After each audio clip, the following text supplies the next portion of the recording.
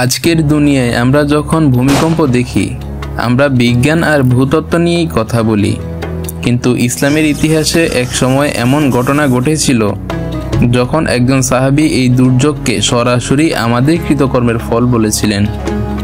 আমরা বলছি ইসলামের দ্বিতীয় খলিফা হযরত ওমর ইবনে খাত্তাব রাদিয়াল্লাহু তাআলা আনহু এর সময়ের কথা। তার খিলাফতের স্বর্ণযুগে একবার মদিনা মুনাওয়ারা কেঁপে উঠেছিল এক ভয়াবহ ভূমিকম্পে। এই ঘটনা ছিল মুসলিমদের জন্য একেবারেই নতুন। মানুষ যখন আতঙ্কে দিশেহারা, তখন হযরত ওমর রাদিয়াল্লাহু তাআলা আনহু মিম্বরে দাঁড়িয়ে এক ঐতিহাসিক ভাষণ দিলেন। তিনি এই প্রাকৃতিক দুর্যোগের জন্য প্লেট টেকটনিক্সকে নয়, বরং জনগণকে দায়ী করলেন।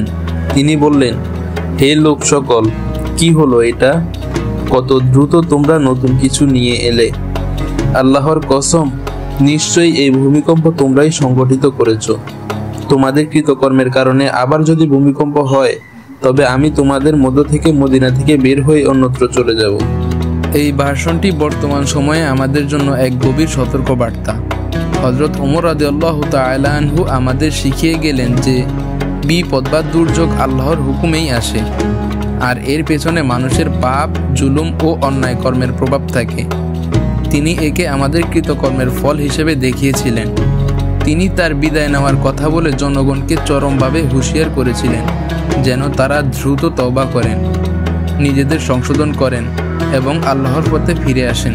ভূমিকম্পকে কেবল প্রাকৃতিক ঘটনা হিসেবে না দেখে আসুন আমরা হযরত ওমর রাদিয়াল্লাহু তাআলা আনহু এর শিক্ষা থেকে অনুপ্রাণিত হই, আল্লাহর কাছে ক্ষমা চাই এবং আমাদের আমল পরিশুদ্ধ করি। কারণ পাপের ভারে পৃথিবী যখন কেঁপে ওঠে, তখন একমাত্র খাঁটি তওবা আমাদের মুক্তি দিতে পারে।